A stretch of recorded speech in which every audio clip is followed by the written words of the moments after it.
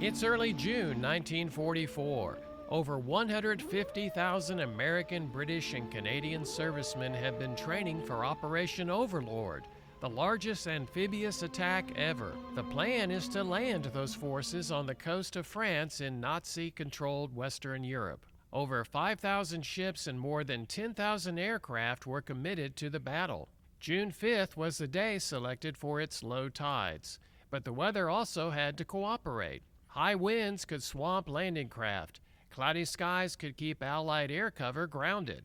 In 1944, radars were used to track aircraft, not storms or rain. Weather satellite data did not really come into use until the 1960s. Weather forecast models began to show up in the 1970s. Instead, meteorologists at that time plotted weather information by hand on paper maps and used those to make their forecast. Allied meteorologists looked on the maps for subtle pressure rises and falls and the wind speeds and direction. At a little forecasting experience, they made weather forecasts that could determine the success or failure of the attack.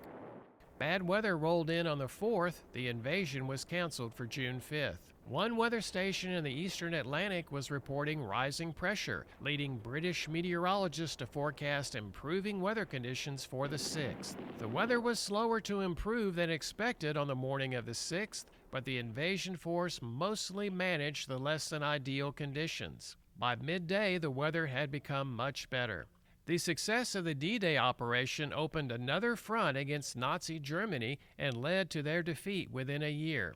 Some say that if this amphibious landing had failed, it would have taken over a year to try again. That certainly would have changed the course of World War II.